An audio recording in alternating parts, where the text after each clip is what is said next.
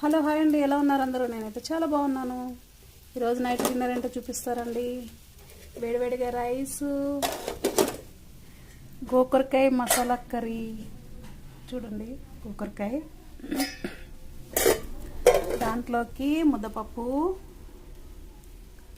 చూడండి, ముద్దపప్పు మంచిగా గట్టిగా దగ్గరగా చేశాను అనమాట ముద్దపప్పు. సో నెక్స్ట్ వచ్చేసి ఆమ్లెట్.